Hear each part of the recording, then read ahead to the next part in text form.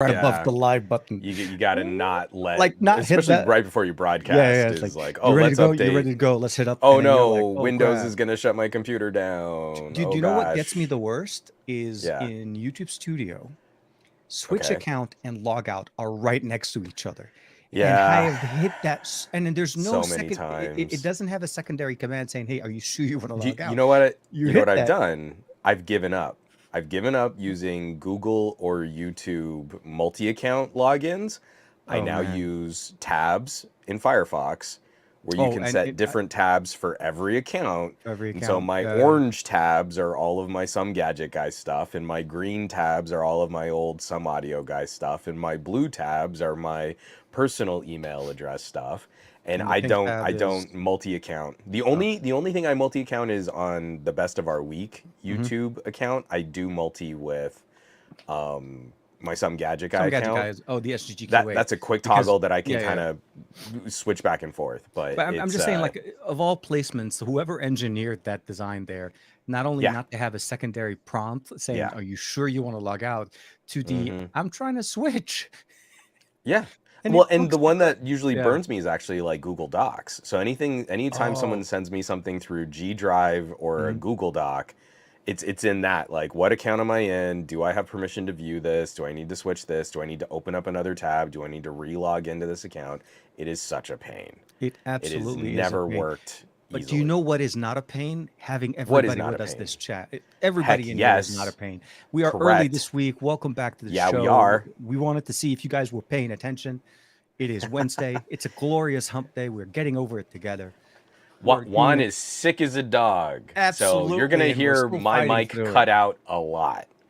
But I promised everybody that I was not going to like clear my sinuses or cough while I even moved my mic a little bit lower than I usually wear it, Yeah. just so it wasn't like you guys weren't up my nose right now. It's always my biggest pet peeve when someone's like, I know, I'm going to do this fun hangout live stream with my friends and eat this ham sandwich Nom, nom, nom, yeah, it is not a mukbang, and my friend. miss me with that. Yeah. That is the fastest way for me to never watch your live stream ever Okay. again. So definitely But you're not invited to the instead, mukbang next week. So that's fine.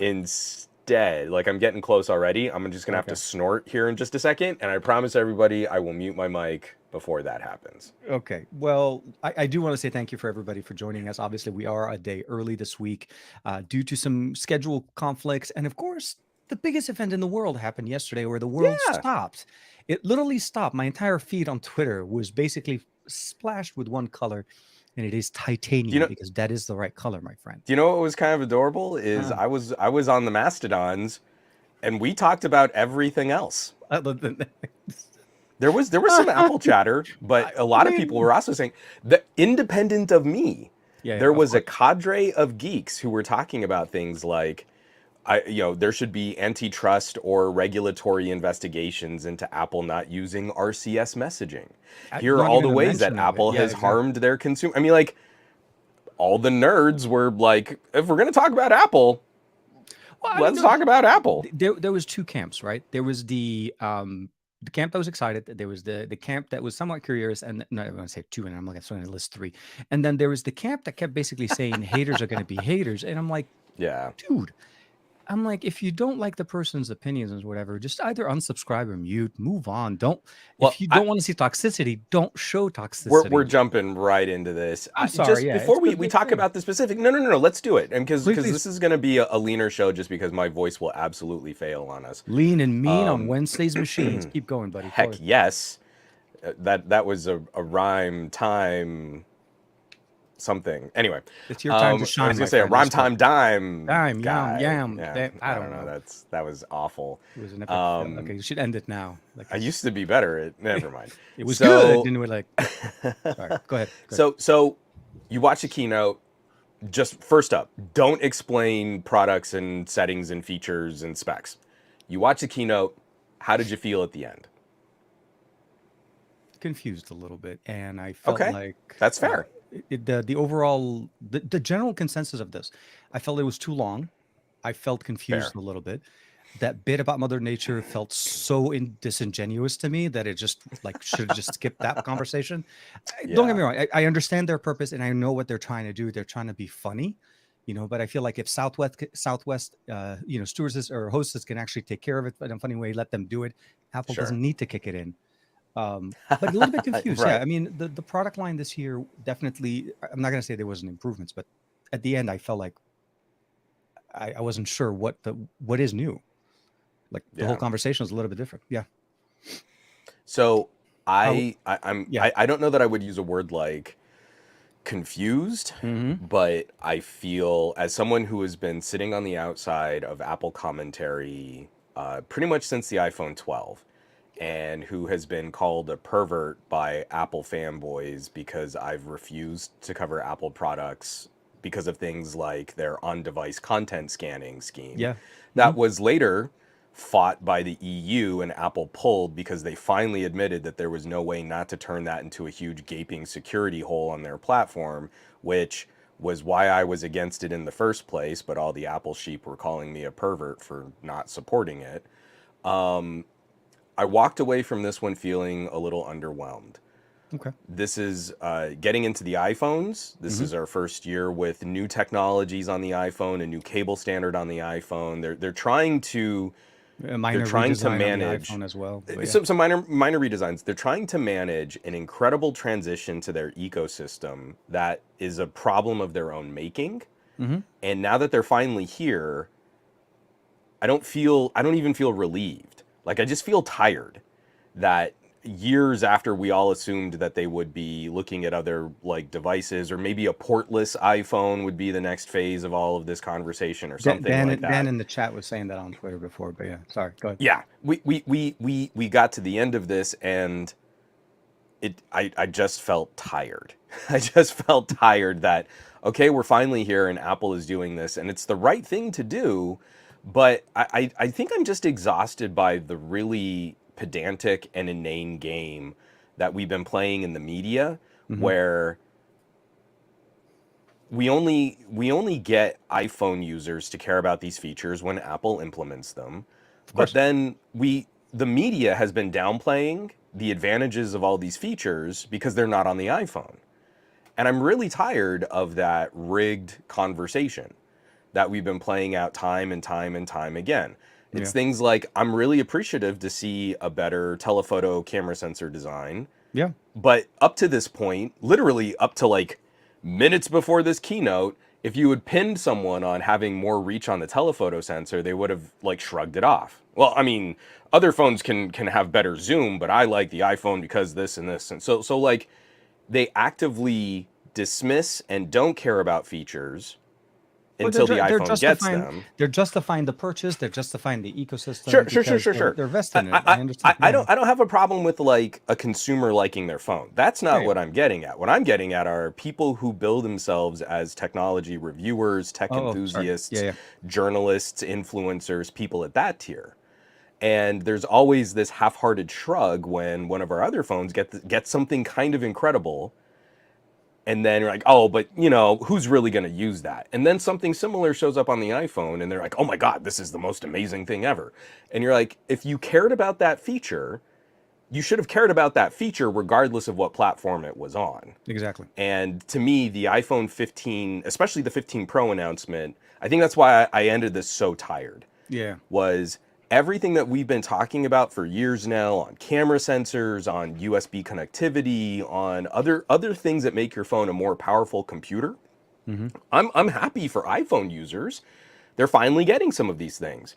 But if they cared about this stuff at all, especially if they liked the features on iPads at all, they would have been happier with another phone over all this time getting to play with that stuff years earlier.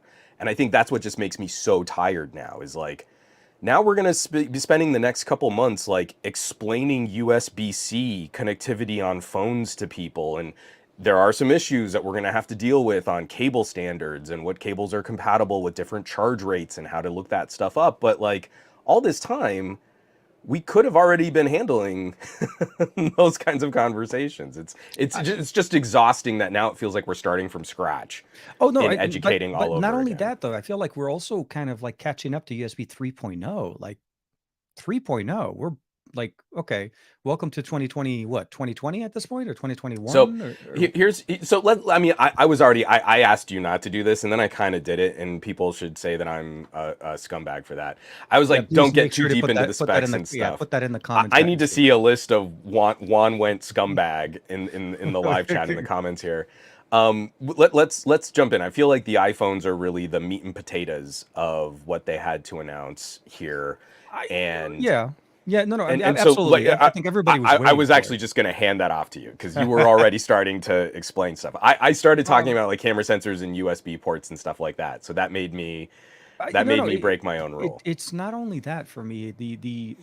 Okay, so when I said confused, let me clarify on that part as well, because I think what I meant to say is the confusion for me is the approach that was brought in. Obviously, Apple's not going to stand on stage and say, "Hey, the EU forced our hand. We're putting USB-C on this."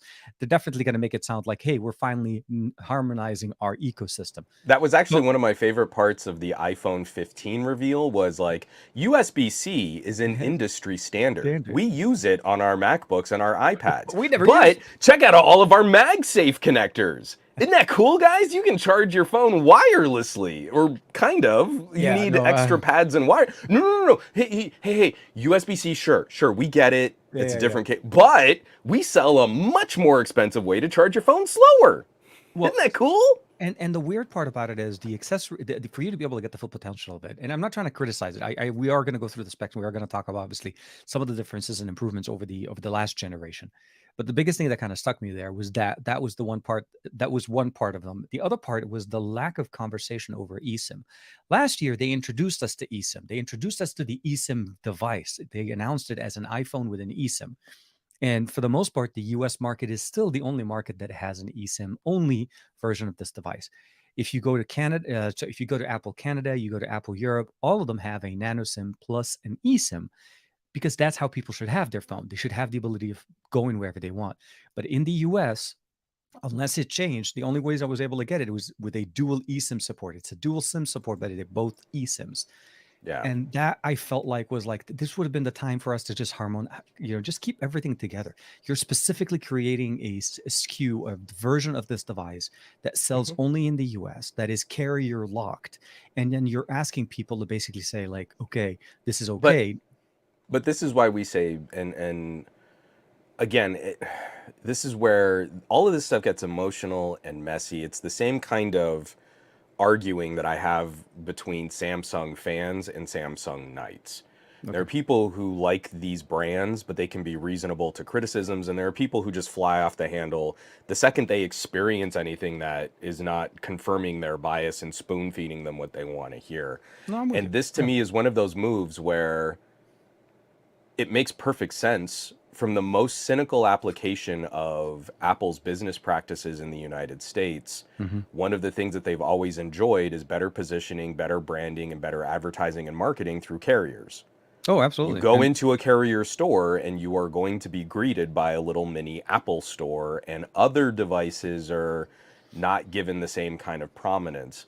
And so, the best way to grease the wheels with carriers who are helping to subsidize the Apple ecosystem so people can own phones that they really can't afford, mhm. especially as we close in, the average selling price of an iPhone is almost $1,000. How many people do you know really get $1,000 worth of use out of their phone? Not very many. So to me, this is like we should be able to call that out and say this is the cynical application of Apple's business model to weight their relationship with carriers so carriers can do the heavy lifting at the ground floor to continue pushing Apple products and services. That doesn't mean consumers are really getting the best fit product for their needs. And it was more of a prominent presence on stage because it was discussed about the trade-in values and the trade-in the amount of money you could potentially make on trading in your device towards it. But either way, it's a song and dance. Every launch event is a song and dance. I want to be fair to every launch event that we watch, we attend, we comment on. Oh The yeah, fact of the matter is, I'm not it is a song. upset. Yeah. Yeah, I'm It's a song and dance, and Apple tries to play the story in their favor. And I feel like at the end of the day, that is so diplomatic of you. well, because no, no, because this is what I'm looking at it. Okay, I want to be fair to the conversation. Is I obviously have concerns and I have issues with some of the things that were said. The fact that they stated having 5 cameras, in reality they have 3 cameras with 2 of them being digital zoom, or again, Hmm. or lossless zoom if you jump into 2x. But that's beside the Sure. conversation. But I want to say I understand why they do why they say and what they're trying to do. Obviously, they always want to take care of themselves. But from a consumer standpoint, when you're looking at this yearly cycle of conversations, uh, the minor updates, the slight changes, and then everybody, again, everything gets launched, and I want to get Hmm. to that whole double finger thing at some point as well. I want to talk about the whole training us Sure. for Apple Vision Pro. That was funny. Um, like I was watching that one, and the moment he did that, I'm like, okay, first that feature's been available for a while, but for you to make it sound like it's new is one Sure. thing, and then second thing, you're setting us up. You started the conversation by saying Apple Vision Pro will ship in early 2024. Like, anyways, Yeah. I just wanted to say I understand the event obviously had a lot of good positive response. A lot of people liked it, but we personally feel like this. You have to read between the lines to see the true picture. And we're going to talk about those, but we're going to obviously just start by first mentioning obviously what was Hmm. launched, what was covered, what was talked about. Um, there was basically well, there was a Watch 9 series, and of course there's Hmm. the Watch Ultra, I think 2. So the Ultra 2 and the Apple Watch 9. And then of course there's 4 versions of the iPhone, 215s, standard and a plus, and of course there's the Pro and the Pro Max, as we typically see. They continued the same conversation, which I will say this: I kind of like what they're doing with this, and I don't want to make it sound like I'm like flipping, teams or something. Sure. I like that Apple releases 2 versions of their devices, not specifically the sizes and stuff, but they continue the Hmm. same SoC from the year before. They don't die Yeah. off just because it's a year old. We've always said that, just an SoC being a year old, or even 2 to 3 years old, doesn't mean it's dead. No. That part, I kind of like what they do. I'll put that in there because that's one thing I Sure. like. So there was those Yeah. two, and as you mentioned, there was the new silicon that they actually announced, the Apple, sorry, the A17 Pro. A17 Pro. Yeah, so they skipped Not the 17. Bionic. No, It's Bionic the has been Pro dropped. now. Yeah, it's a Yeah. Pro. It's a Pro, and but it's I not an love that M. It's not they an had to M2. like It's like, trot it out, and you're like, oh my gosh, one of the major components on this is our new USB controller. And you're like, great. I guess that is it was a it, big it, it was the deal Wild West before, on, Juan. The reality is nobody yeah. knew what was going on with the old stuff. It was a temporary connector between the 12-pin ribbon connector, or the old 12-pin connector. I forget the name of the old style, but Dock connector, was that what or it was something. called? Yeah, Something like that? all I I don't even remember is know. back then the uproar over the fact that Apple went from one style connector to another and everybody panicking with adapters. It was obviously Hmm. pre-pandemic. Now we're I better. see. This is one of those things where I get really frustrated. Is that how many debates have all of us nerds been in about how terrible Lightning has been as a Mm. proprietary solution instead of using an open standard? Oh, And now absolutely. look at how many articles are coming out where people are like bending over backwards to talk about things like, hey, don't worry about the new iPhone 15. There are already game controllers that support this iPhone because it's using a Universal universal standard. cable standard. You Look at join all the of your club. mass storage devices that can now be properly powered because Lightning connectors couldn't power a flash drive before, but now you can plug your SSD directly into your iPhone. Hey guys, it's going to be fine. It's going to be great. And again, how many times have we run into, well, I prefer Lightning because it's a more elegant, or it doesn't have that weird pin in the middle, or USB-C devices can break, or blah blah blah. And that's always been bunk. Hmm. That's always been Oh, no, untrue. you have to And it's absolutely. always just been a part of that conversation where, because it was on the iPhone, we build it the better, it just works, consumer preferred solution. Not because it delivered a better experience. It was a more expensive way to charge people to do basic stuff. And we're finally having conversations now about file transfer speeds. Well, you and me, we have been talking about things like that since Hmm. USB 3 ended up on phones. And what have we always been met with? You still plug your phone in to transfer files? Why don't you just airdrop and Airdrop it not be over. Yeah, I broke, know. bro? And you're Dude, like, yeah. until you got to start moving some 4K video, which apparently all you iPhone Pro users are shooting. And it's that, to me, it is that hypocrisy in the conversation. Hmm. I am so happy for the end users because USB 3 on USB C is the way.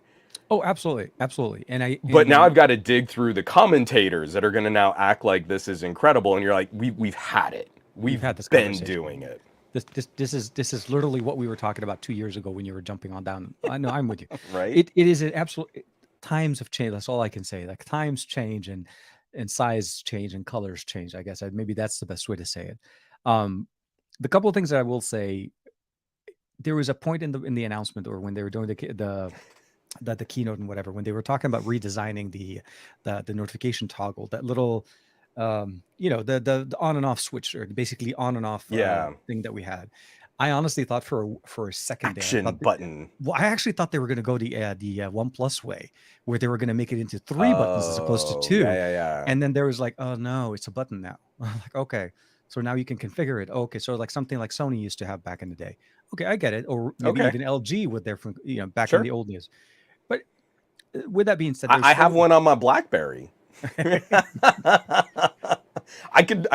Not only that, on my BlackBerry, I could program every QWERTY key oh, that's to right. do something, Every keyword on the and on it the had on an the key action two, it button. had you were able to assign a shortcut to every single key by long pressing the key. You're right. You're right. I forgot about that part. Oh man, I missed the But key two. again, Yeah, yeah.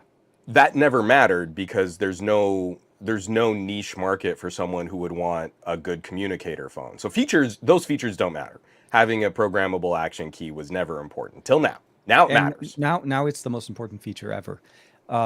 The biggest, if there was a few let's just say this, if there was a way to make it into like hotfix, what are the new changes or the biggest things? USB-C is one.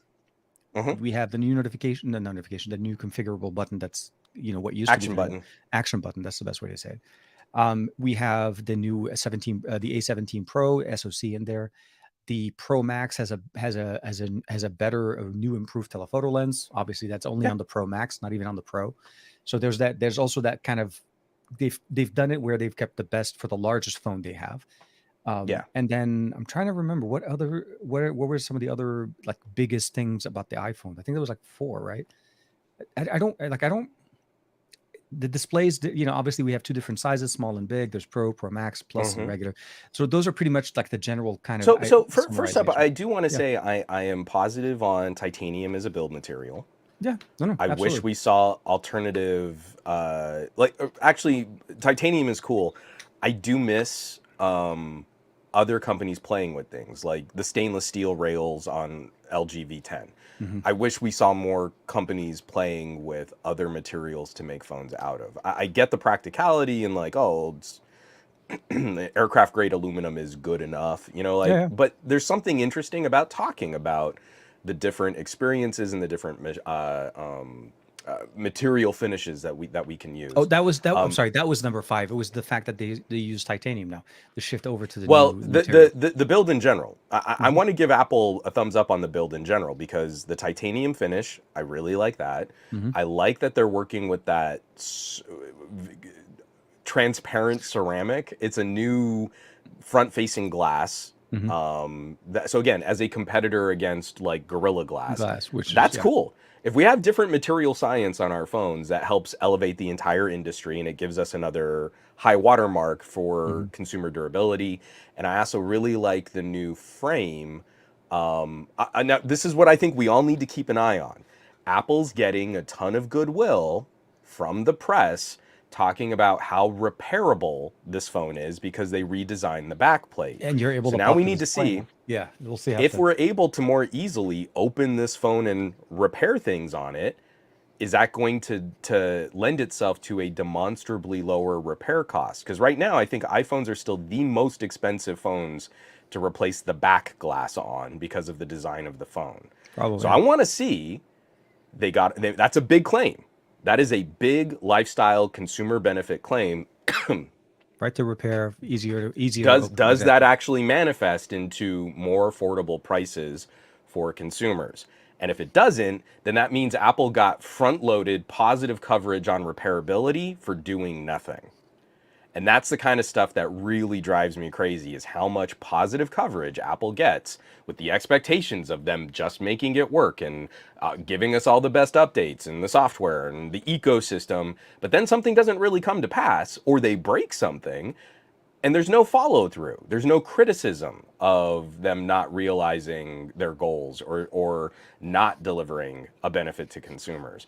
So Because that's the kind of thing like immediately as soon as I see something like that and I'm positive on it, I am instantly also skeptical that it will actually deliver something. And I want to be pleasantly surprised Mhm. because I have so many family members that are on iPhones.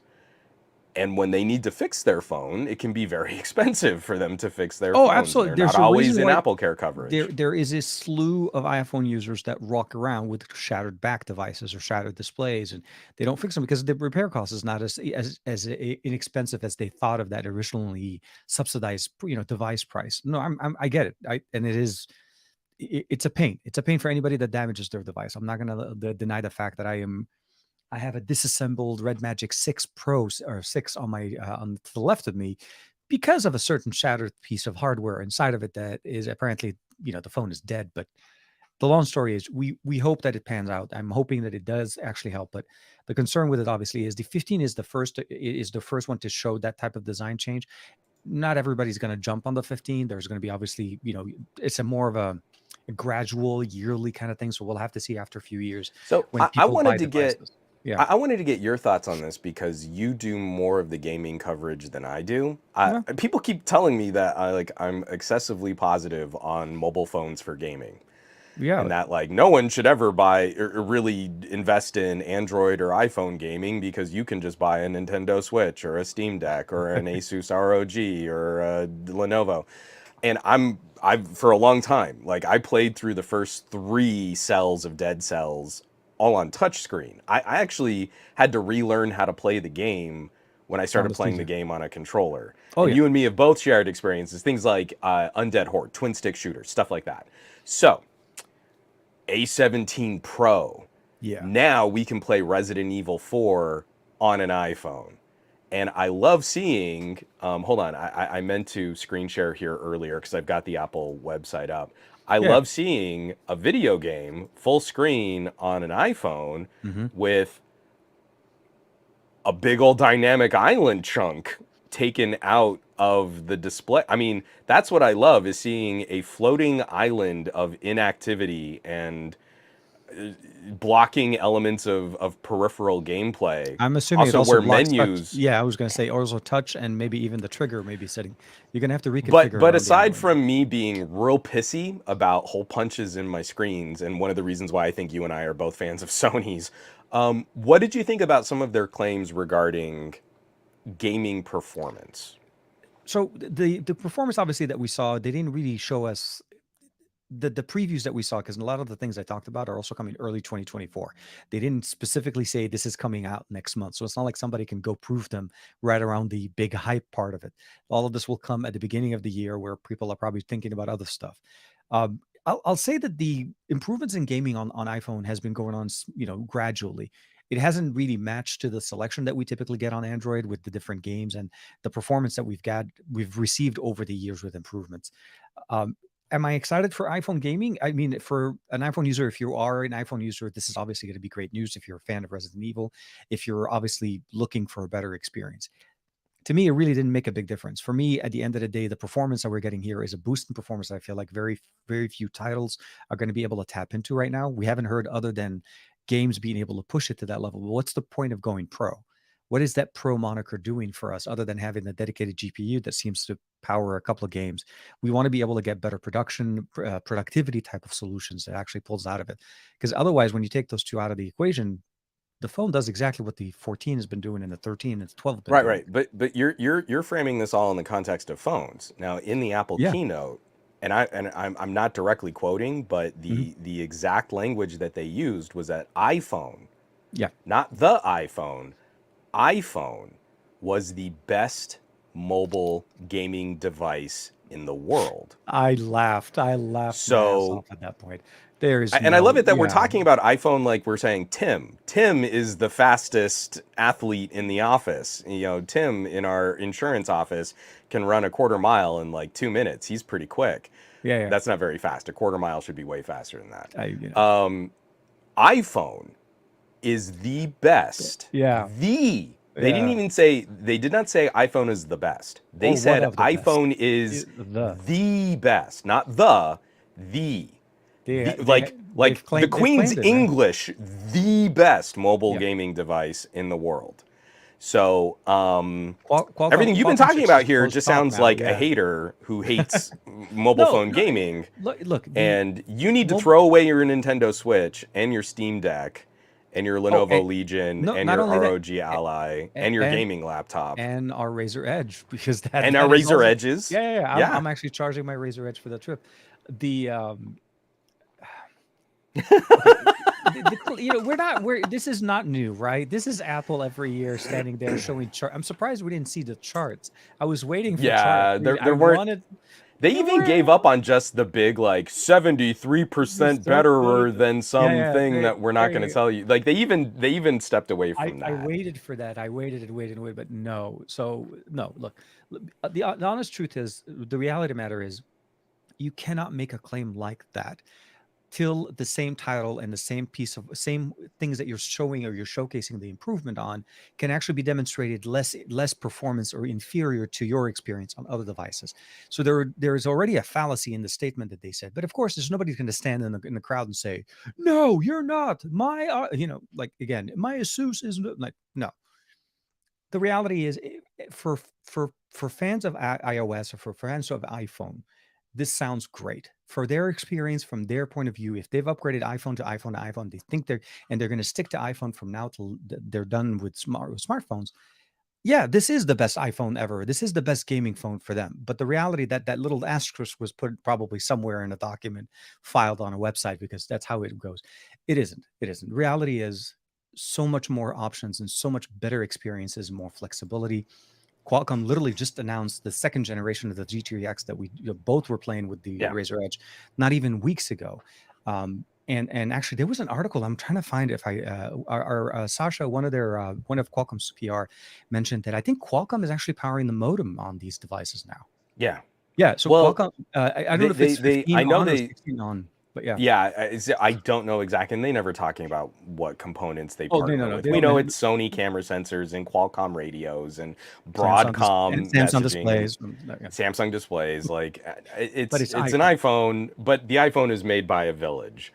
The more We you know they're know. entering into that partnership. We've got a couple like Ghost Starscream is saying, who's willing to bet that the iPhone will heat up significantly within 10 minutes of playing one of these Absolutely. showed games. I actually have some high hopes Mhm. for A17 Pro. It Because seems of to me Okay. Oh, that yeah, that's right. Apple is kind of stuck in a silicon TikTok cycle Okay. where the A16 was not as consistent a performer as the A15. Yeah. Remember, we went iPhone 12 with 5G and undersized batteries, but then the iPhone 13 brought bigger batteries and some performance and radio management improvements Yep. that gave the iPhone 13 is, I think, the high watermark for high performance, but then also No, this is excellent yeah, battery life. one of the reasons why the 13 Pro Max is the guy. I am Yeah. not. Like I don't think that's controversial, especially opposite phones using 888s and 8 Gen 1s. Mhm. The iPhone 13 Pro Max is the battery champ Battery of the champ, high performance performance champ, camera performance. Absolutely. premium tier world. But then we get into the iPhone 14s, Mhm. and the iPhone 14 Plus is a better, more consistent performer, where the iPhone 14 Pros, when you start taxing the A16, that chip throttles more significantly than the A15 did. Yeah. So your consistent peak frame rates are actually lower on the more powerful chip. So this is actually kind of the thing. Like, it seems every other year we get a chip from Apple now that it does live up to some of these performance claims. You will get bigger big league Geekbench scores and you will get higher peak performance. Of course. But the thing that you really care about in gaming is a better sustained performance and a better performance per watt. And Exactly. that's not where the A16 was really drawing all of its wins. It was actually pretty close. You know, all the people that say, oh, Apple chips are like 4 years ahead of the Android competition, no. No. Getting into these last years from the Dimensity 9000 to the 8 Gen 2, Android chips have been nipping at the heels of some of the most consistent Apple chip wins in performance per watt. So now I'm a little anxious about the iPhone 15s Oh, using because they're still the using the 16. A16, They're essentially the and 14s in a now new body. the Or iPhone yeah. 15 Pro. I'm actually hoping we'll see some of that realization of we're stepping down to 3 nanometers. Yep. Their claim on CPU performance was not outlandish. They were only No. mentioning things like 10% bumps to CPU performance. What makes it's in the ballpark what you should So, expect. well, but that's just it. Is like Yeah. if we, because it's not hard to see people say things like, "Oh, the Snapdragon 8 Gen 3 is going to give us like 20% performance improvements," and you're like, "Yes, at 30% More, higher more battery power. draw." No, exactly. Yeah, But yeah. if you do a die shrink and you keep the performance bump on the cores, the CPU and the GPU core compute devices more reasonable, so it's not an outlandish improvement in performance, that's where I think you could realize some of these performance per watt advantages that Apple is always praised for. But that also means the less expensive iPhone It's not might gonna be get the bump. saddled with a chip that runs a You little less efficiently than the one before it, where an where iPhone 13 Plus still might be the best daily driver communicator phone you can buy right now. Or I would probably even say that the 14 and the 14 plus are probably a better buy than the 15 and the 15 plus, depending on how the performance goes. Because Yeah. this is where the domino effect kind of goes in, right? Every year they have two versions running the older CPU, where the 15s the 14s benefited from what the 13 was really working, the 13 Pro and the 13 Pro Max. Now that we're kind of in the upper side, we're getting the 14 A16 into the 15 and 15 plus. Yeah. So honestly, from a price point standpoint, I don't know the real benefit other than like on the lower end, we still run 60 hertz. We're still running a more performance. I mean, the performance is going to be pretty much the same as what we saw last year. So Hmm. I mean, I'm excited for the 3 nanometer. I'm excited for the fact that I realize for Android and for basically Qualcomm and MediaTek, we're going to be a year behind on this because they're not going 3 nanometers in this year. This MediaTek made the announcement already that in 2024 they're going to start working in 3 nanometers with TSMC. We already Yeah. kind of see the the line in the sand. For us, we're not going to be catching up to it, but I would probably argue saying the 8 Gen 2 is more power efficient than what we're seeing with with overall some of the performance out of the A16 and even maybe the and 17 Pro. and We we've got have to to, get and I want to point this out too. You've got yeah, to yeah. get so incredibly granular at No, looking no, at very specific aspects of compute power and compute performance, and it is so difficult to untangle when so much of the conversation is just did it get a bigger Geekbench score? ah, When you really look at performance per watt, again, this is why, like, and I feel like TK, you'd probably back me on this. I'll I've try. kind of given up on doing the more intense battery testing because No, you've either got to construct tests that do not replicate daily use so that you can get more accurate measurements, mhm. or you've got to give some phones advantages when you're using them inconsistently in real world situations that the tests are not conducted the same. So It, you either have such incredibly nuanced data that no one can really use to predict average daily driver use, or you've got inconsistent testing. And the more you go down that rabbit hole, it's maddening. I mean, it does. It like breaks my brain after yeah. a point trying to communicate what battery life on these different revisions of processing nodes should look like. And that's where you can go real deep. And after a point, I think it stops having meaning. But as general trends, Yeah. there has been an on-off cycle where Well, a this I 15 was great, a 16 did not perform as consistently, and now I think with a die shrink, a 17 will bring us the performance of a 16 with some of the better power management of a 15. yes. Yes, say that 5 times as fast. So first, I'll start by saying, yeah, no, no, I agree with you. The you have a very valid point, and where you're coming from at this point, it makes sense. We used to have a series, the S series of Apple. That's what they used to do. They would Yeah. come up with a phone, It's the and we, refined year. yeah, Yeah. refined air. It's the, hey, new tech, new things we're going to try to fix, and then, oh, by the way, here's the S. The S fixes all of that, so enjoy it. And then next year we'll try something different. So the continuation of the conversation is we no longer have the S series. We basically have the lower power version. So I would probably say the standard edition.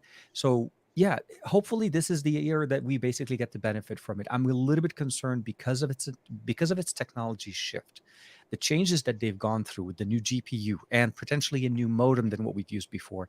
On top of the die shrink, there could be some benefit in one side that may be overcome by others. We have to see the performance. We have to see the actual real life usage demonstrated into what are the experiences of people. Is battery life really better? Because on paper, according to Apple's website, they're the exact same life.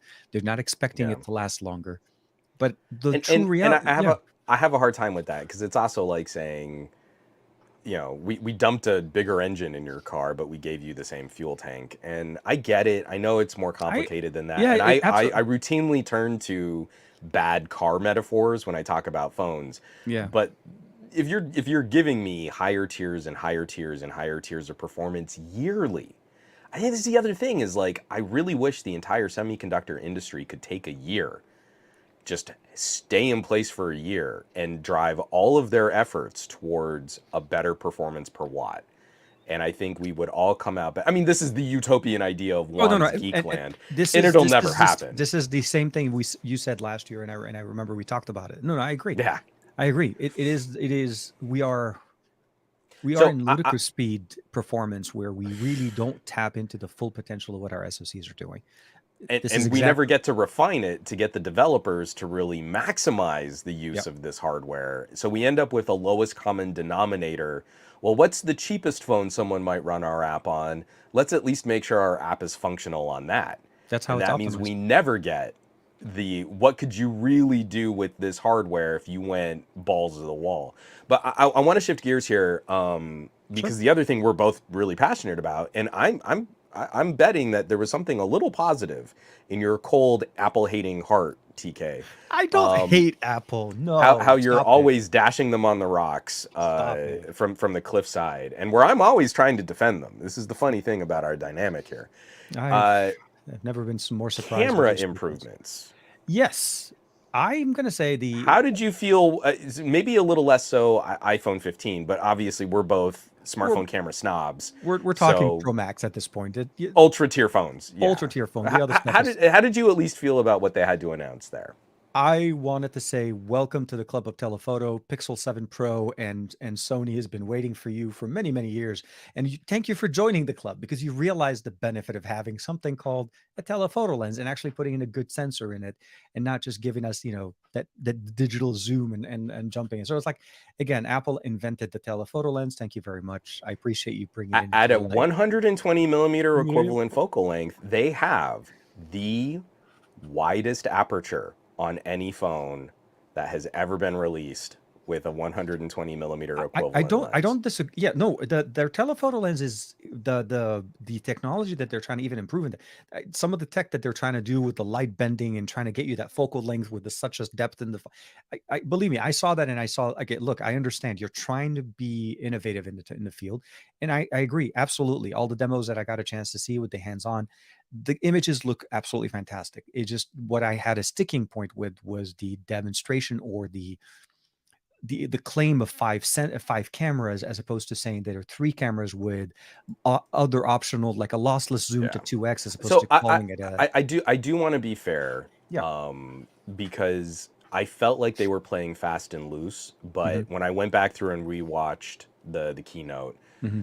one of their examples in discussing that was talking about focal lengths. Yeah, They absolutely it is. use so much confusing language. This is the thing that kills me about an Apple keynote is that it is word salad for every single one of their proprietary brand names for a technology the rest of us take for granted. It's like the true color this with the Apple Blast processing that. And you're like, that's But did you hear them refer to bokeh? yeah. Did you I, hear I it? I I I heard that and I know was like, I know bokeh. we're losing that fight, but I'm going to go down fighting. Is Yeah, I that it is a know. I know. Japanese word and it is two distinct syllables. So if you're, I believe in northern Japan, it does have a k sound, but it's not Bokeh. boka, it's boka. Hmm. And if you're, I think, more southern, someone please correct me if I have this wrong in different dialects. I do not speak Japanese, We have like but it, 25 people here from south of Japan. Go ahead, guys. Just but jump in. the sort of general pronunciation would be boke. So it's the thing I'm trying to get people away from is boga, where it's almost like bogua or something like that. That is not a word. That's the closest thing you've got is mouth in Spanish. That is not a Japanese term relating to lens quality or photography. But I digress. Sorry. Now we've got a lot of unanswered questions The focal about lengths. Focal lengths. what that optical performance is going to look like. The idea of prism bending light to reduce the distance between lens and sensor backplane Hmm. is kind of inspired, because the only other solution that we've been able to come up with to put a longer lens on the back of a phone is to use a periscope. So you Oh, align absolutely. the lens in your phone sideways. Yep. So Apple doing this sort of four-tier bounce internally in a prism is kind of a genius solution I for agree. not Yep. having to completely re-engineer the back of the phone.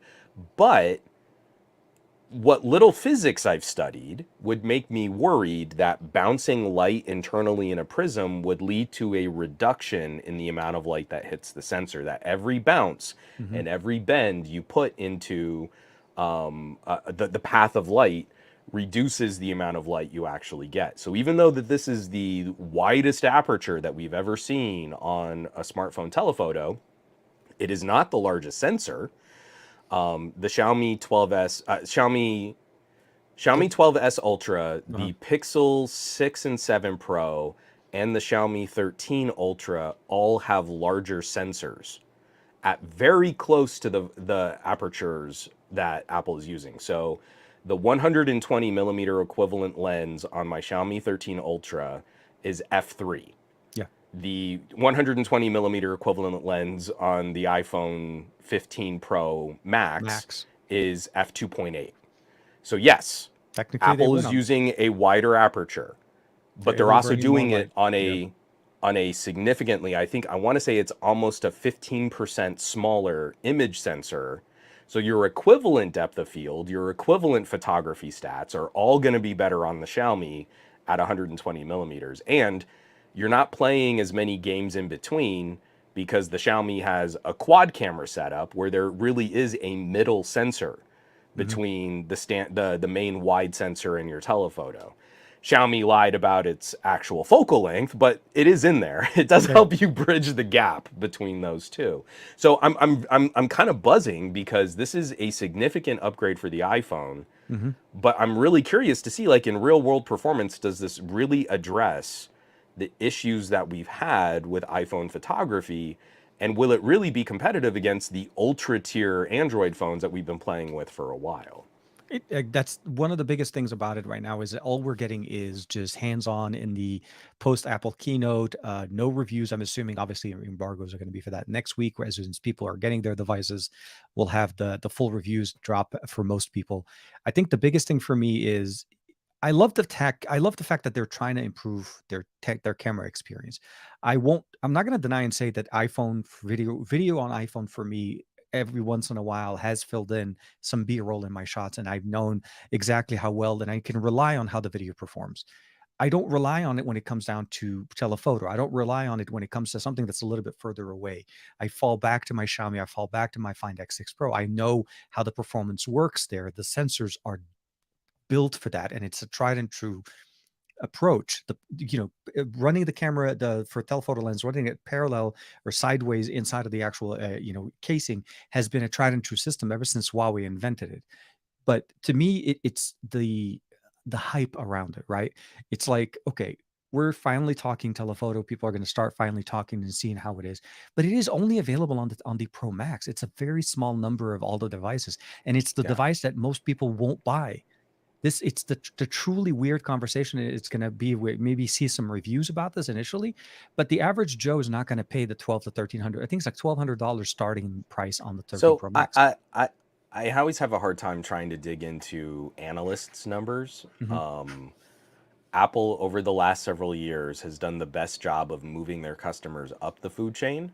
Oh, So it's absolutely. Yeah. actually really difficult to get a handle on what percentage of iPhones are now Pro, because it's the same thing. Like every year Samsung comes out and like, oh, this was the fastest 72-hour pre-order Since our sales last note. period that we've had since Our last this note, other yeah, thing. yeah, no, no, actually, Yeah. they'll go back So to the last 2 years ago and they say the note. No, I'm but with you. but I'm with you. that doesn't mean anything in terms of telling us like units sold. And if Yeah. the average selling price of an iPhone is now $1,000, that means as many phones are selling above $1,000 or is being sold under $1,000 to the same spectrum of quantities and prices. So I would not be surprised if the pros are now actually climbing up to something like 20 to 25% of Apple's yearly market share. But That's an incredible number of phones no, no, I because agree. But you still have like to slice that Samsung's Pro in half. no, I know. Yeah, sorry. But that's what I'm saying is just going pro up,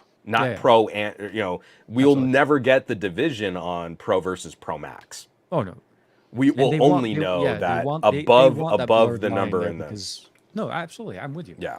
I agree. It's not a I find I'll say this. The only reason I used to go with the Pro Max back before the 14 because we didn't have a plus.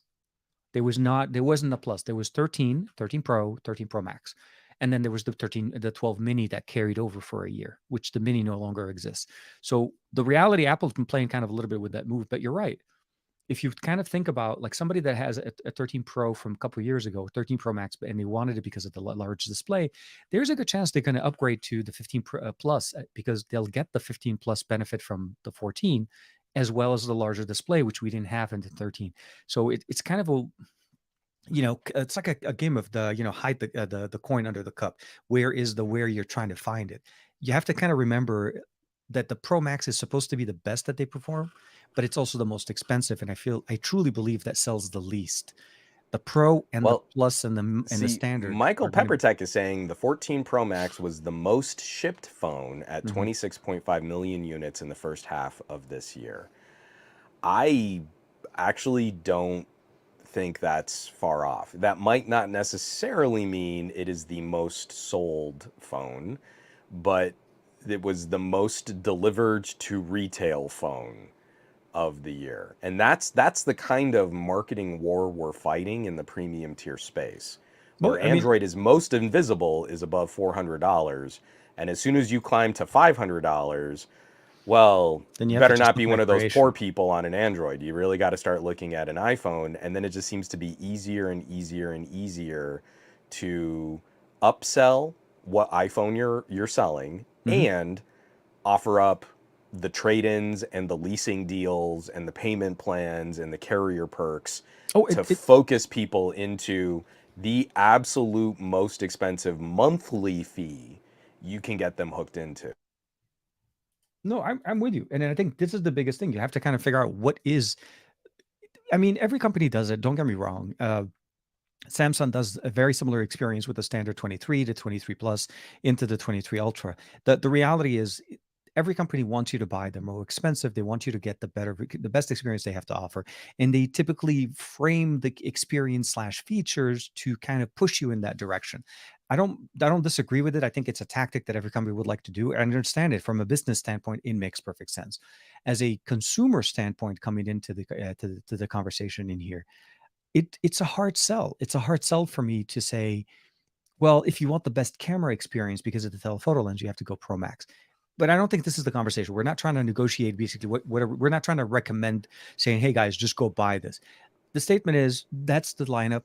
The 15 series Hmm. is basically a standard and a plus size into that. And of course, there's the Pro and then the Pro Max. We didn't go Pro Max Ultra X2 kind of thing, which everybody was kind of Sure. making fun of. I really wanted them to go there, though. It would have been fun. It would have been the Pro Max Ultra, you know. But yeah, but the approach to some of the options that they've put in there from the sense of the better material, the SoC, the better improvement with the SoC, better improvements on the GPU, the die shrink. There are a lot of improvements to be said and to be tangibly, Hmm. seen on paper right now from what Apple spoke yesterday. And I hope that a lot of that materializes into true life. Earlier, we talked about the SoCs and differences and, different yearly upgrades and so on. And this is purely because I've used the foldables from Samsung since day one, since the first Sure. Fold all the way up to 5. The Fold 4's battery life to compare it to the Fold 5 battery life, it is substantially noticeable that it is better on the 8 Gen 2 than it is on the 8 Plus Gen 1. Even if you factor the fact that the 8 Plus Gen 1 is running on a device that has a battery that's a year old and so on, the experience from moving from one SoC to the other, the improvements that we had, the generational upgrade in there, can be tangibly noticed. So there is a good chance that Apple can actually show improvements in battery life. They're just not claiming it yet, although they didn't increase the battery capacity. It'll come down to software. It does come down to modem connectivity. There's a whole bunch of factors how battery life is different for you and me, even though we're using the same device on the same carrier. It's just you may have better signal than I do. My phone may be seeking signal more For and sure. burning more battery. So a lot of things like that. But those things are obviously you're going to be on camp iPhone. This is definitely something very exciting for you. It's just that the eSIM conversation, I don't understand why we're still stuck with it. That to me is one of the main reasons why I haven't upgraded from the 13 Pro Max. I mean, not that I use it all the time, but when I do end up using it, that is my number one gripe about it. Yeah. It's almost like And like we've now got the speculation game in full swing where pundits and tech commentators and all the people that profit the most from packing Apple into the keywords of every single article they write Mhm. are now trying to ride that gravy train until the phones are actually shipping out to consumers. Because just like with our conversations about Samsung, Mhm. it your most profitable time to produce content on this stuff, like we're doing right now in this podcast, is before it actually ships out to all the poor people that will really buy it with their own money.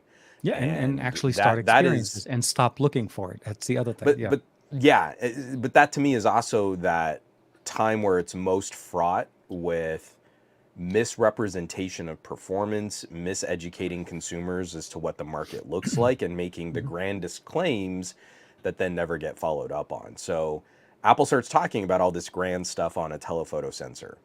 There's some really interesting things to look at on an iPhone telephoto that can do some of this light bending, and it changes how the structure of the lens assembly works. Yeah. But from a photographic standpoint, the only thing that matters is, do you get better photos out of that? And has a more traditional periscope style lens arrangement been superseded? Like, Yeah. does it make sense for other companies to really try and ape this if it's a more expensive prism? So the only way to do that is to then dig into those types of practical comparisons, but set up in ways that are illustrative of the Mhm. differences and can help maximize the educational potential of talking about that. For the first time, now that we have USB-C, I think it is instructional, and I think it is illustrative of a pro phone to be able to do something like record directly to external storage. That's true. Like, That that's is one of kind the of a handy features. feature. That is a very nice feature. Yeah, absolutely. I would like to see that on a Sony, like, Mhm. being able to use those like Exmor T sensors, but recording directly to an SSD, like Sony has updated their cameras to Yeah. do. Yeah, So exactly. those types of things can really help. That makes me feel literally USB-C with USB 3 literally makes me feel like the iPhone can actually be called a pro now that it can do some basic screen mirroring. It has legit fast. I mean, like, this is a major pay. Whoever would have thought in an age of people laughing at folks plugging their phones into USB cables and hyping up AirDrop, that we would see a whole page on the iPhone landing screen talking about gigablast your gigabits now with up to 20% faster file transfers over a cable. Yep. For all the years that we've been told that no one cares about this as a feature, it that is something that pros appreciate. So now Oh, no, a no. pro Yeah. can actually care about something like this to get more use out of their phone. It's just galling to me that this is something that consumers would have appreciated. They would have liked if and they anyone had ever made noise about Apple excluding features like this for so long. it's the, like I said, the invention of the USB-C 3.0 happened yesterday. It existed and it is exciting, but yeah, I mean the fact is nobody's going to go back and basically backtrack and say, you know what I said 2 years ago, I am sorry for saying that it was hot garbage to consider plugging your phone in to transfer data, because AirDrop was the best thing since sliced bread. Or someone is going to come out with a shocked face thumbnail. I was wrong, and it's still just going to be I I'm praising Apple what they're doing I now, just like I was praising Apple for what they weren't doing 5 years ago. I want to Whatever Apple say does is the correct choice. absolutely, and at the time that they do it, and I again, all that aside, I don't want to make it. We're not trying to make too much fun. The reality I is, am. it is a I'm absolutely. super bitter. Absolutely. And with that, I look at it in the sense of it is finally, so the right thing about it is at least they didn't go USB 2. I was like, that could have been even Well, worse. on the iPhone 15 they did though. No, I know, but So again, but this is what I mean, TK, is like they conflate the features back and forth. They did this mhm, with the iPhone 12. It was a 12 megapixel Pro camera system, but the iPhone 12 Pro had a smaller sensor and the iPhone 12 Pro Max had the bigger sensor. And they do this. And it's the same thing like when a major tech reviewer with millions and millions of subscribers is panning the Pixel 6a for only having a 60 hertz display. And really, I've gotten used to the fluidity of 120 hertz screens. So let me show you what a 120 hertz display looks like on my iPhone Pro. But then at the end of the video, they make a purchasing recommendation for if you want a cheap phone, you can pick up an iPhone SE or an older iPhone 11. And it's that's the same. close to the price of a Pixel 6a. So every single time we let them just call iPhone iPhone, we're purposely muddying the waters on what tier of what phone They gets want, what yeah, features and what specs. and it is Because they by they talk design, yeah. about iPhone like it's a proper name, like it's a proper noun for the iPhone 15 and the iPhone 15 Pro. And so now we've got the same connector on both, but we don't have the same features, we don't No. have the same specs, we don't have the same charging, we don't have the same video output, we don't have the Well, same no, data no. rates. But they're going Even to with look at the the bottom of the phone, and then someone in a T-Mobile is going to go, well, I mean, like, I can't spend $1,300 on my phone, even spreading it out over 2 years of monthly payments. But, hey, we've got the same connector. And just like Lightning connectors were the same between an iPhone and an iPhone Pro, well, Apple wouldn't change anything significantly there, right? no, they So wouldn't. again, this is what I mean is like every single time Apple announces new features, it actually becomes more of a challenge to get the consumer education in place so that people really do get the things that they think they want or they think they need. Yeah. And this is yet again, I mean, like, I want to be excited USB-C with USB 3.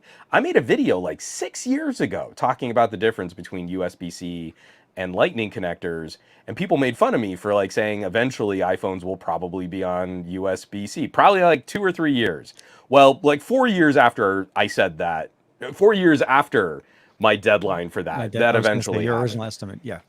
I was too optimistic. But now that it's here, this is exhausting to me because it's Hmm. just like the fight we have in Android land, where, like, okay, if you want this feature, you've got to spend up for this kind of phone because that's where you get USB 3. And just because it has the same shape connector on the bottom doesn't mean you have the same features. Yeah. And Apple is not helping us in that conversation. Apple is actually making this conversation as or more difficult than what we're currently dealing with. And it is unfortunately to their benefit to muddy the water and make you think that, just because it's the iPhone, suddenly everything is the same. And in reality, it isn't. The experience is distinctly different.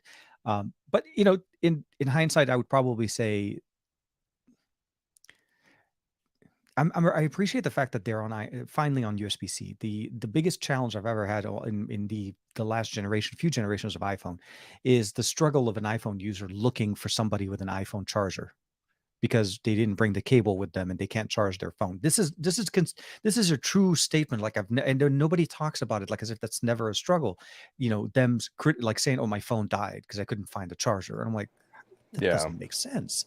Like, why couldn't you Yeah. like yeah, like they forget that it has wireless. But long story is, the fact that we're on USB-C, I feel like now the standard is been solidified.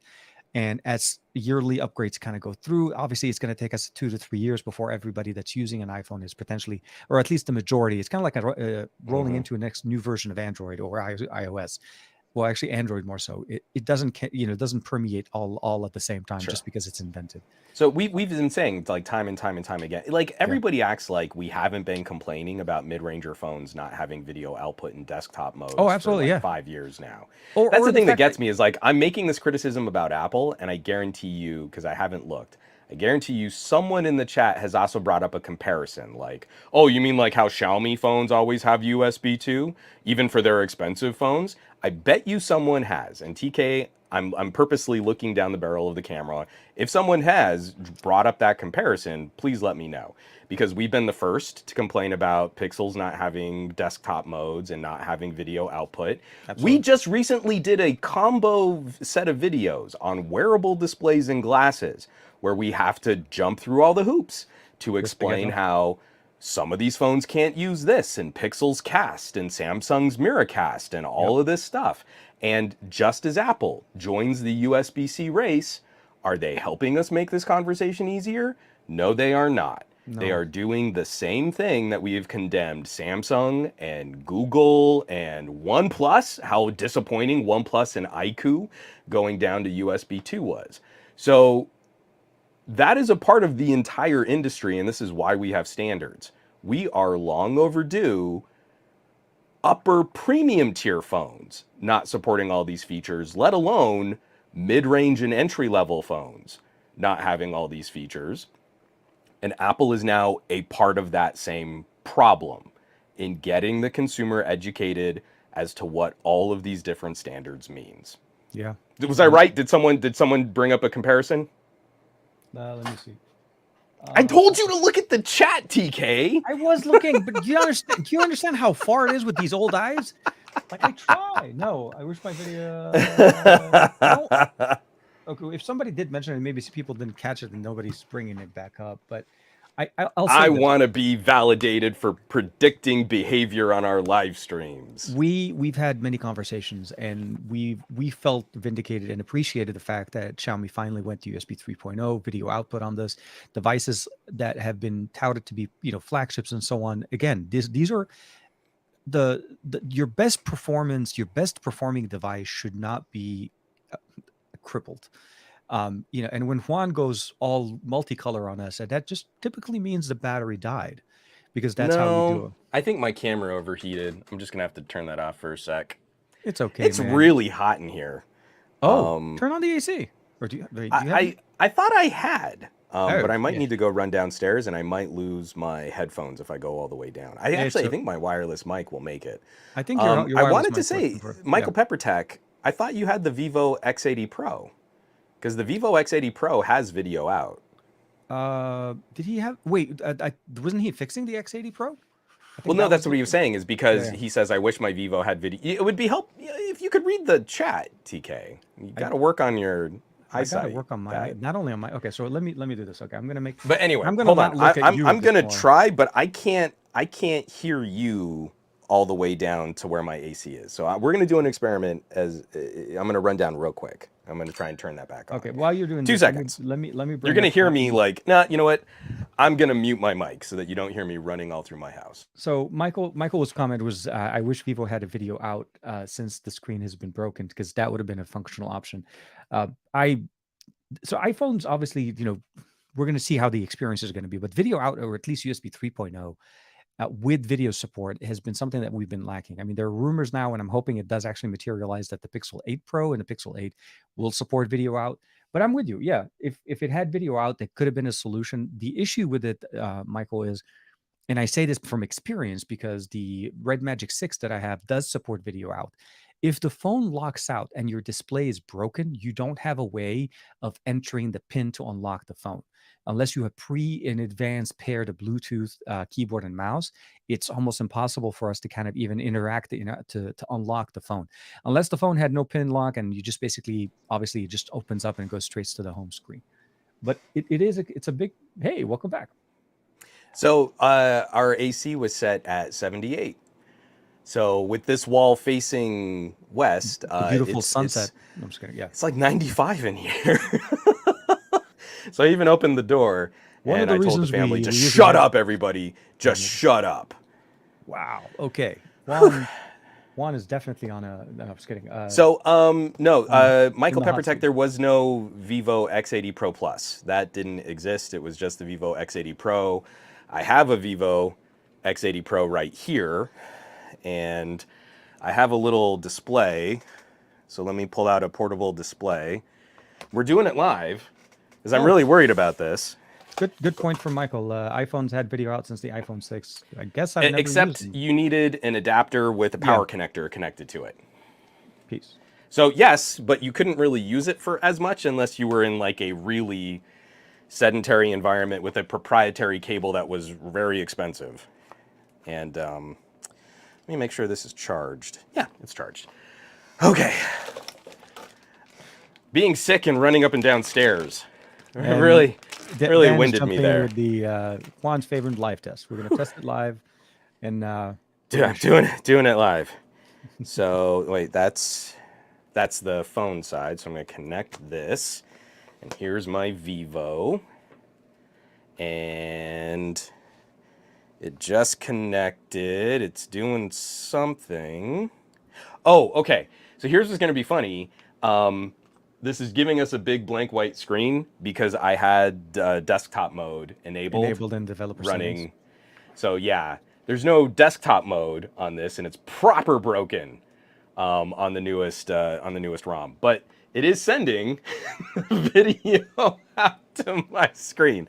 So we're gonna fix this now, and I'm gonna reboot it and tell it not to go into desktop mode. But yes, the Vivo X80 Pro has video. I wish I was going to say, I wish I could jump in with you on that one because I only have the Mirroring. X90. I don't have the X90. No, we have the X90 Pro. We don't have the X90 Pro Yeah. Plus. Yeah. So yeah, Or so it there never had the was no X80. X80 Pro Plus. The X80 Pro was the Pro Plus.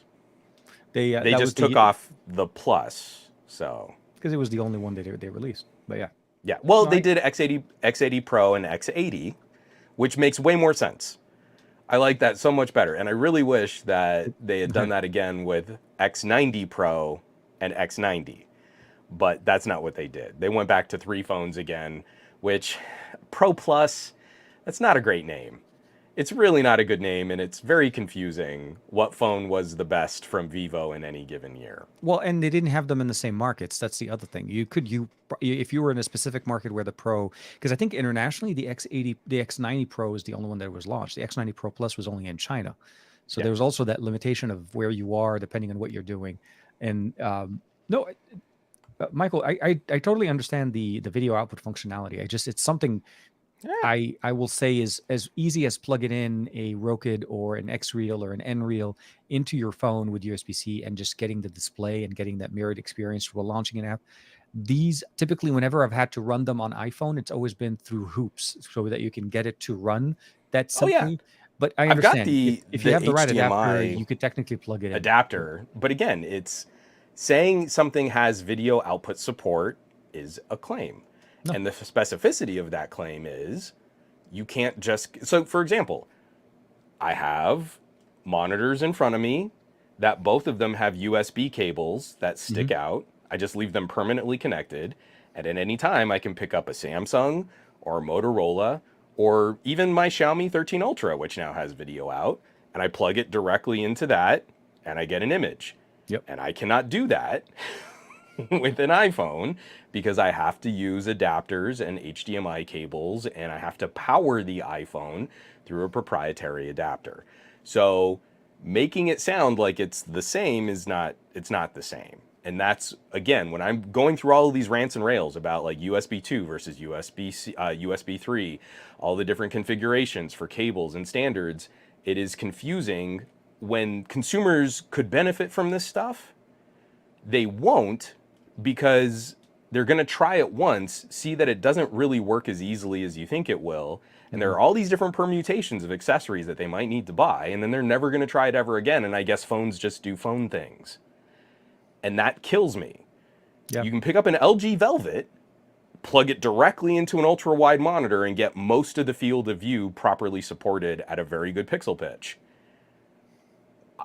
I can't do that with an iPhone.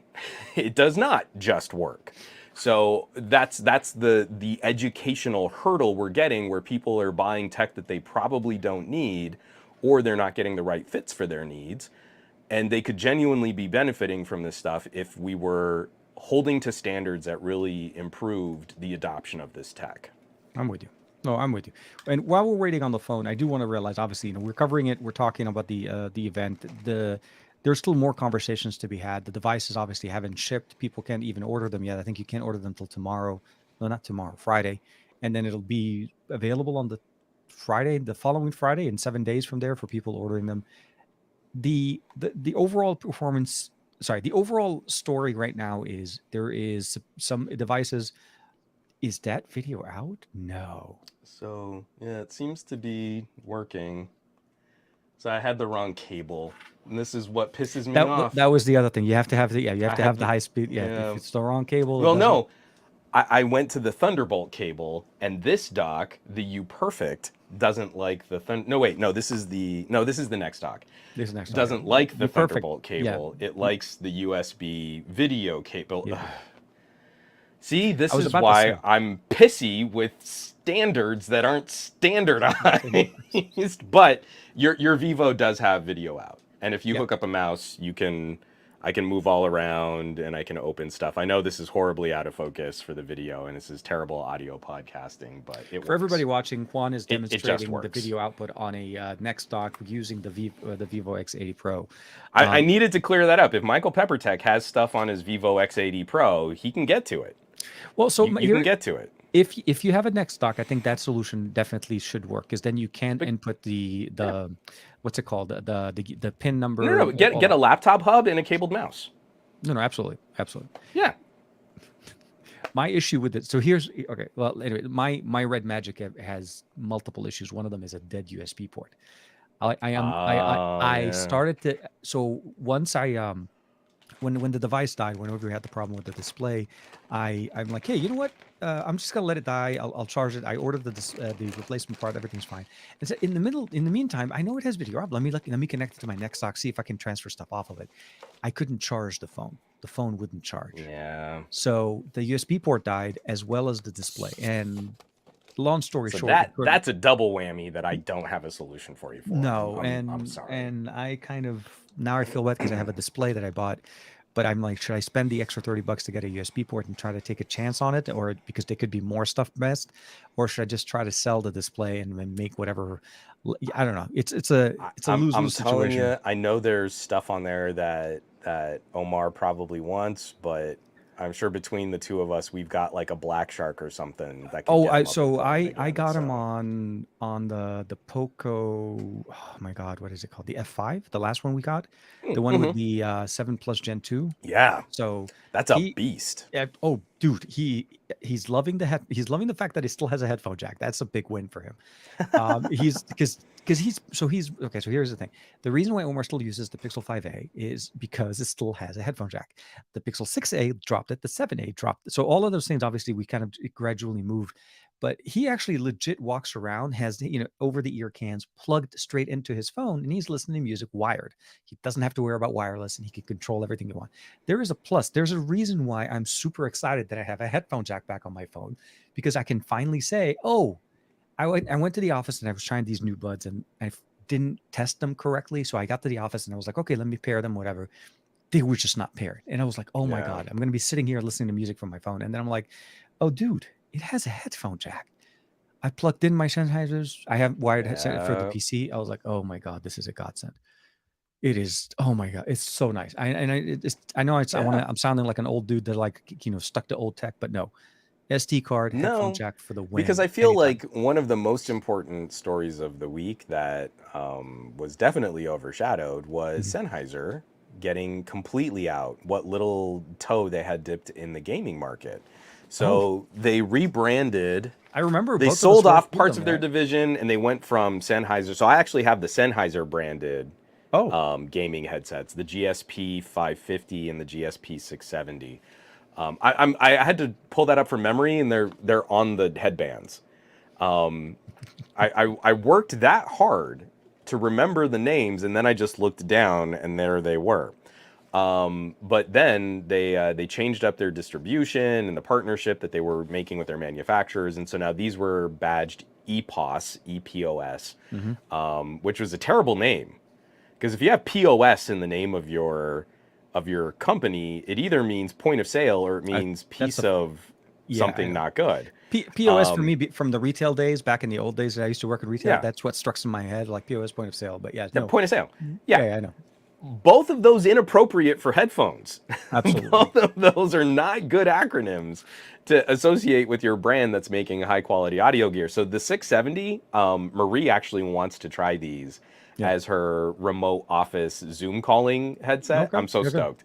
So we're gonna really give these a run as some good office gear. And she works for a gaming company, so she'll actually look pretty legit She'll if look like she's walking around with some she's Sennies. within, yeah, with the right crowd.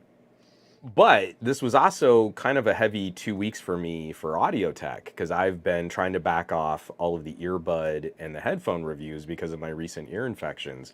But a company reached out to me Hmm and they wanted me to take an early test drive. And I think I've got maybe the first video out on this product. This is from a company called Sineaptic, Yeah, and they yeah, yeah. sent this over, which is Black the case. SE-1. Hmm We talked about it A on my couple weeks very ago. first. Yeah, yeah, It but was like a 2 weeks couple weeks ago ago. Yeah, off yeah, when my you first got very, it. very, very, very first listen. And this is, they're saying it's the world's first mass produced ribbon driver headphone. Okay. I did look up, there are Hmm two other companies who have made ribbon headphones, and they're very boutique. We're talking over $1,000 to north of 3,500. Wow. And so the SE ones I've been spending a lot of time with. One They second. Hold are on. Let's remove this guy. Bring this guy. Here you go. so they are dual ribbon drivers, and actually I think I can pull this out. So if I pop this ear, So sorry, I know I just did for that right in everybody front of the listening to mic. the podcast, obviously that side of the pro. So Juan's holding up the headphones, and he opened up one of the ear cups so that we can actually see the And so internals. this is a dual, I can't mirror image my hand movements, dual ribbon diaphragm. So there are these two suspended ribbons in a magnetic housing, and Hmm this is what details and articulates sound. I have never heard anything like this near this price point. This is a $200 headphone, and I feel it is very competitive up to $300 to $400 planar magnetic headphones that are only cabled headphones. So I've spent most of my time listening to this on my FiO and my iFi. So I've hmm got these little DAC amps, Yep. and I've just plugged this because you can, it's got a little 3.5 millimeter jack right there. Plug it OG. directly into the DAC amp, drive it, with some really decent sound processing hardware. That's what I've been listening to. And I would say that this experience punches well above a $200 price tag. On top of that, Hmm it is a Bluetooth headphone. So you can connect it directly over Bluetooth to a phone or a tablet or a PC. It does support multi-point, where Nice. you can connect it to two different audio sources. Only AAC is the top audio codec, but when you start talking about exotic diaphragms, those are tricky to drive. And for a Bluetooth headset, I was easily getting over 10 hours of listening time Oh wow. on these really beefy diaphragms, which are very thirsty. I was very impressed. But on top of all of that, whatever tech you might be interested in, and these are open back cans, Yeah. very spacious soundscape, really wide open.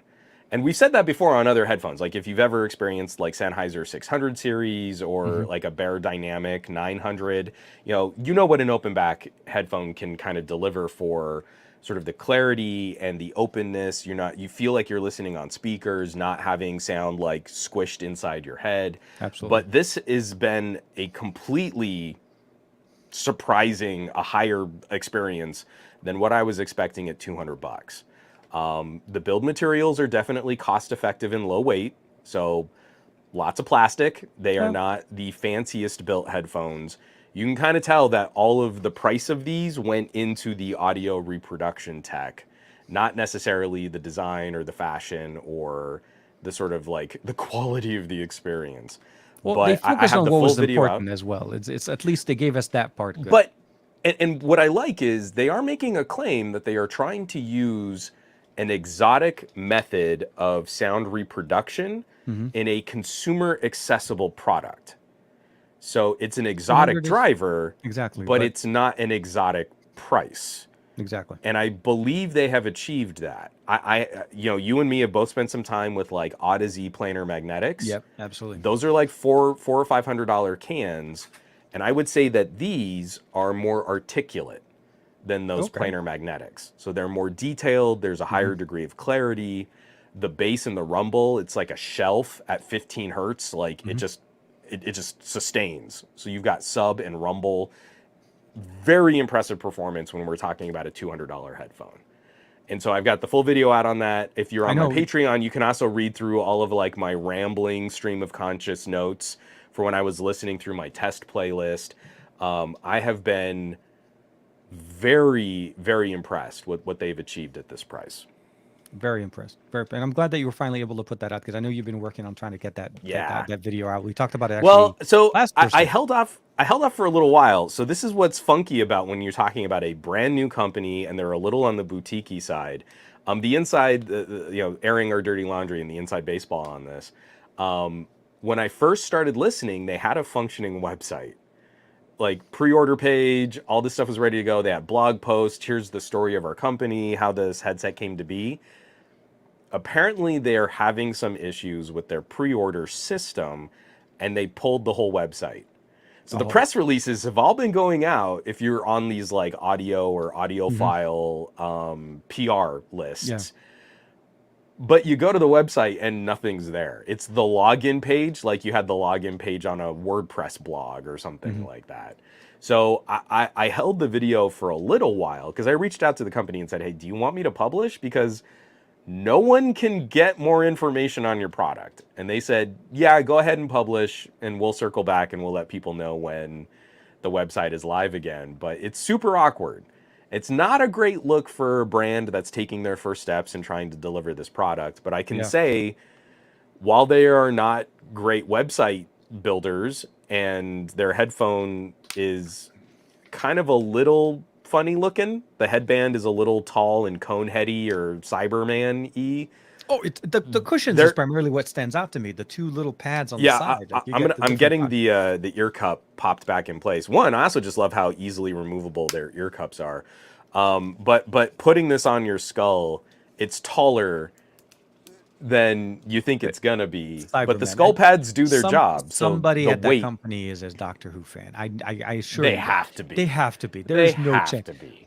It's like inspired by Cybermen, but not really. You know, like just because we don't want to pay But the yeah. royalty, we're not going to say it. So Yeah. there's lots of snake oil. I Hmm. think, you know, in terms of audio claims and audio file and, ooh, are you doing this in high res, that there's a lot of snake oil. Hmm. Once you start shopping a headphone for certain characteristics, I am very impressed with their ability to realize their claims. Yeah. I have never listened on a Ribbon driver before, and I'm not very familiar with Ribbon speakers.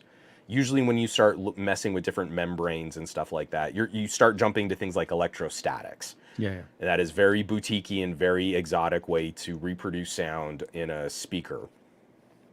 But what they're claiming, I feel they live up to that claim.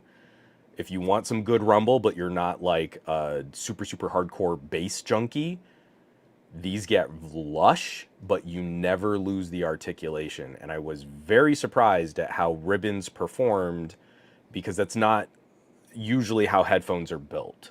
So seeing those little criss-cut ripple ribbons, that's something that, like, I've got some killer old school microphones Hmm. that use ribbon elements in them.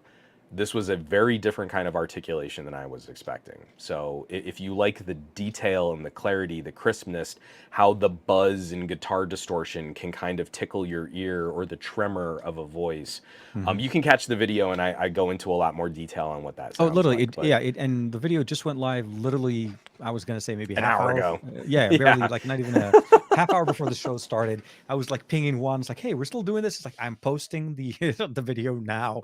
I'm like, yeah. "Please, I will let I you was like, be." I was literally like scrambling to finish the thumbnail when you No, were no, texting me about the show today. that timing was But perfect. Brian Glaze absolutely was first. He was the first comment on the ribbon headphone video. But if you're into, so this is also one of those fun things, is there are a lot of us out there who are earbud junkies because we enjoy the novelty. I Mhm. like hearing what different drivers and different tuning does to my favorite music. And this is at a price point where it's not an impulse buy. It's not a disposable No, whatever. I'll throw a couple $100 at something. it's a purpose purchase. Yeah.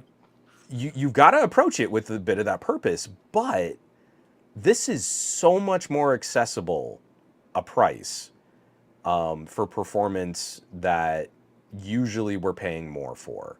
Yeah. You might not love the fit or the finish. You might not love how it wears on your head. There is some concern for an overly articulate headphone. They can sometimes be fatiguing depending on what you like to listen to. Mhm. But this to me is extreme novelty for the price. I need that last point to be driven home. I've never heard anything like this Mhm. sub $300. So hopefully they get their website fixed. Oh, I'm They get no, a yeah. few more audio influencers out there, because this is something that should be like up GameSky's alley. This is something that I think an El Jefe would really have a Oh lot of my fun god, yeah, with. yeah, yeah. Those once we get some more of those guys playing in this space too, No, I was having a lot. I am having a lot of I fun was with gonna them. say it. Yeah, the story doesn't end there. This obviously this is an early listen, video that was dropped in there, and hopefully more conversations coming on that. I'm excited. The fact, like I said, I will definitely be catching up to that one. Hopefully tonight, once I get to my destination, because I'm actually I'm about to embark on a short trip. Not that long, short trip, Yeah, but it's a nice little drive. The only other thing I think we had kind of to cover real quick. I know you were talking originally about the neck stock. I got a chance to play yeah. with some early hardware from our buddies over at UPERFECT. Um, like I like phones, I like the Duo, I like devices that can do more than just one thing, and Mm-hmm.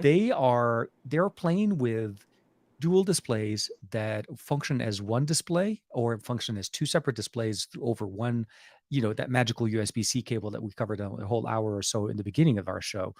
But like a device that can plug into it that could basically run it as a full device. So I dropped a video early this week on the UPerfect Delta, and there's three versions of that. The one they sent me is the base model, which is the 15.6-inch 60 hertz 1080p that's a display version. So it's a dual 15.6 that are, for all intents and purposes, the build quality. I'll say this: UPerfect is perfect in the sense of the way they build things.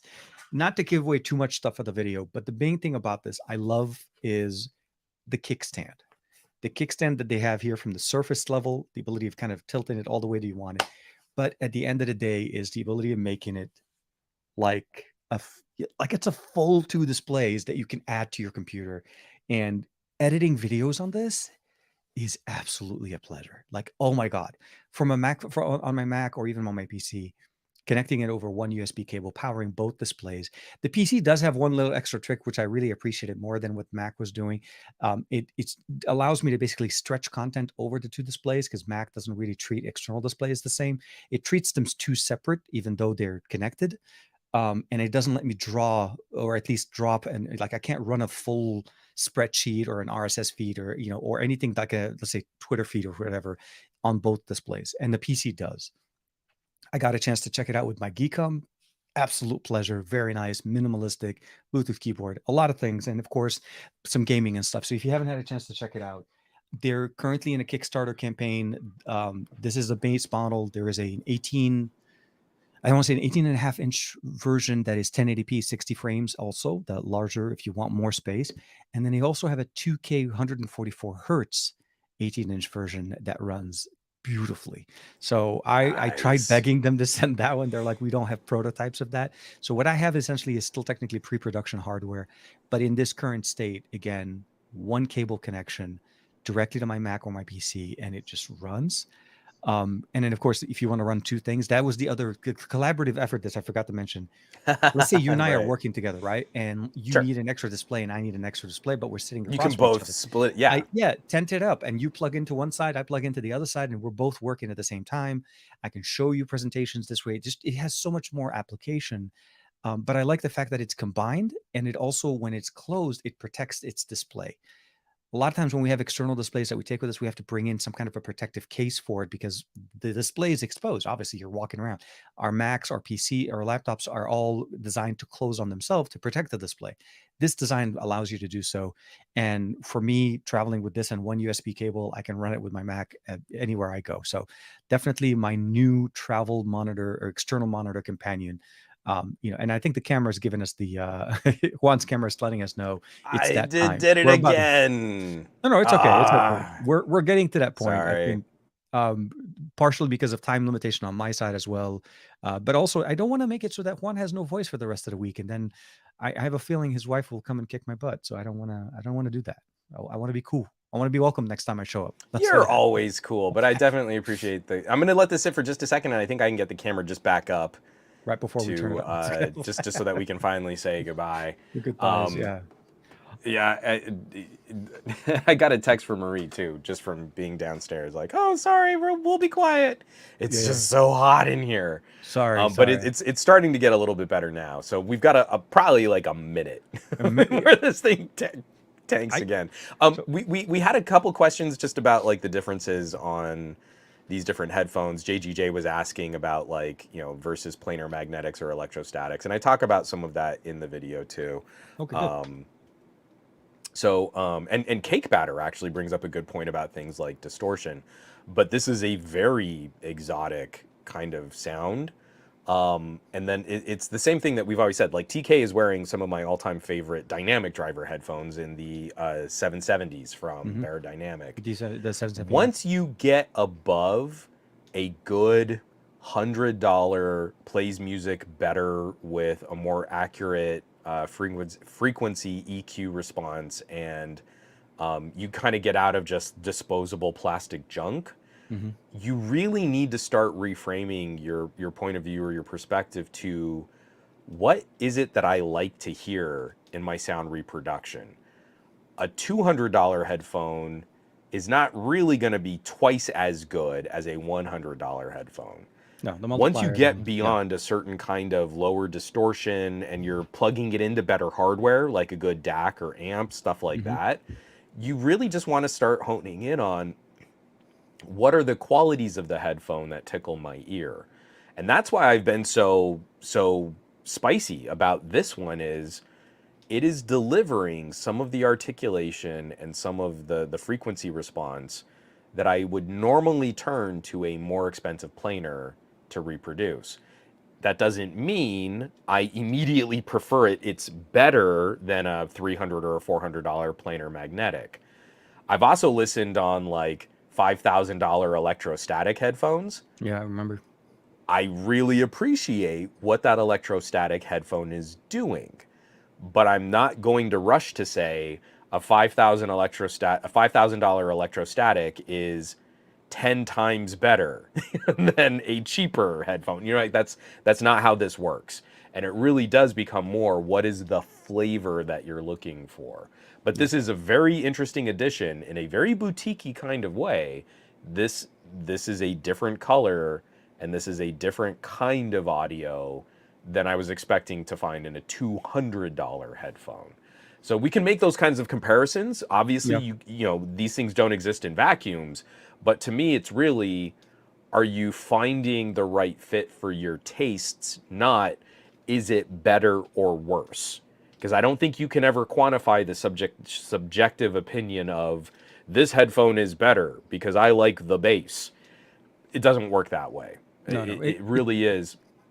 Does it give me goosebumps when Rage Against the Machine is really ripping into their guitar tracks?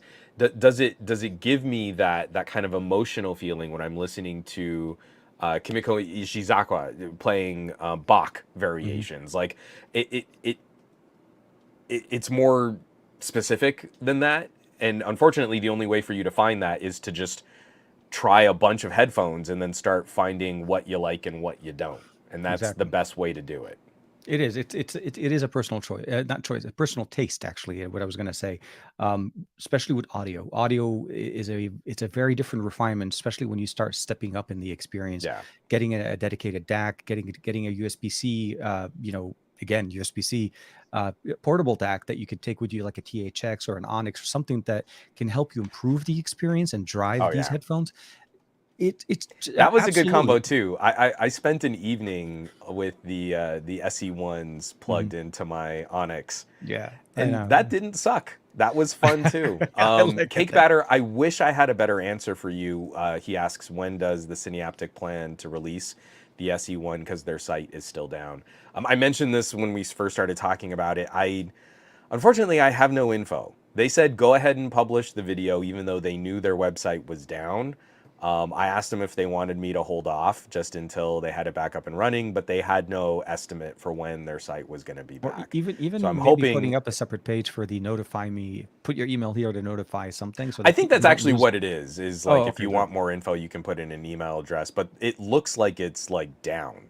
Like Okay. it takes you to the login, and in the login is also an email list that you can sign up for. But if you had their username and password, you could get into You their could log site. in, you can go into the backplane. Yeah, no, no, no. That's that's how little this That company is is getting this stuff started. It's like when I say first steps, I mean legit first steps. But first step. unfortunately, I don't have info for when it's going to be back up and running proper.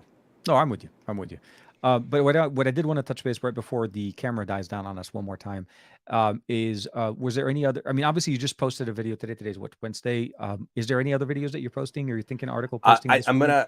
I'm gonna have an article about Samsung storage Okay, uh, portable publishing storage tomorrow, but or it's storage? not a video. No, storage management on Galaxy phones. Ah, beast. Okay. Is I feel like techies are talking trash about average consumers when they should be protecting average consumers instead. No, I'm with So you. it's one of the benefits of going through like betas and stuff like that is looking at how, like for example, there was the controversy over Samsung phones reporting in binary versus in base 10, Mm-hmm. and that made it look like 70 gigs of your storage were just Was gone. used, yeah, out of the used for internal. And then you've got Android commentators going, "Oh, this was such a non-issue, and people complain because they're stupid." And you're like, you're the people that Haters keep will be haters. reviewing Literally, that's all for I heard this week. average consumers. And now here you are trashing them and throwing average consumers under the bus. What's up? So I'm going to publish that article tomorrow. Peace, peace.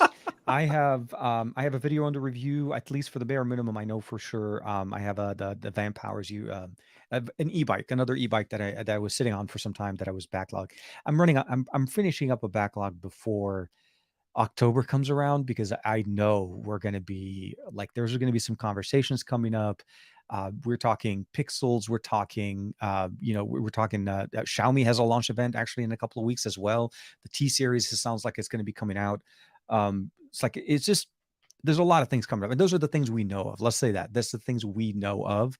So I'm really excited to see what's coming up, and hopefully that'll be one of my other videos coming up this week. And then shortly after that, I'm going to be closing up my review on the Tab S9 Plus, the connected Nice. tablet from Samsung.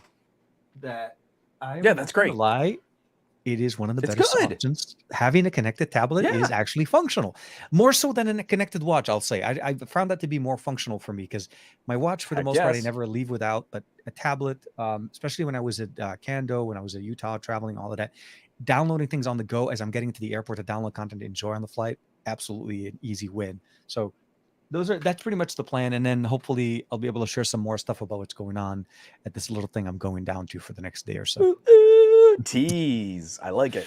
I like it. So, Teasing the embargoes.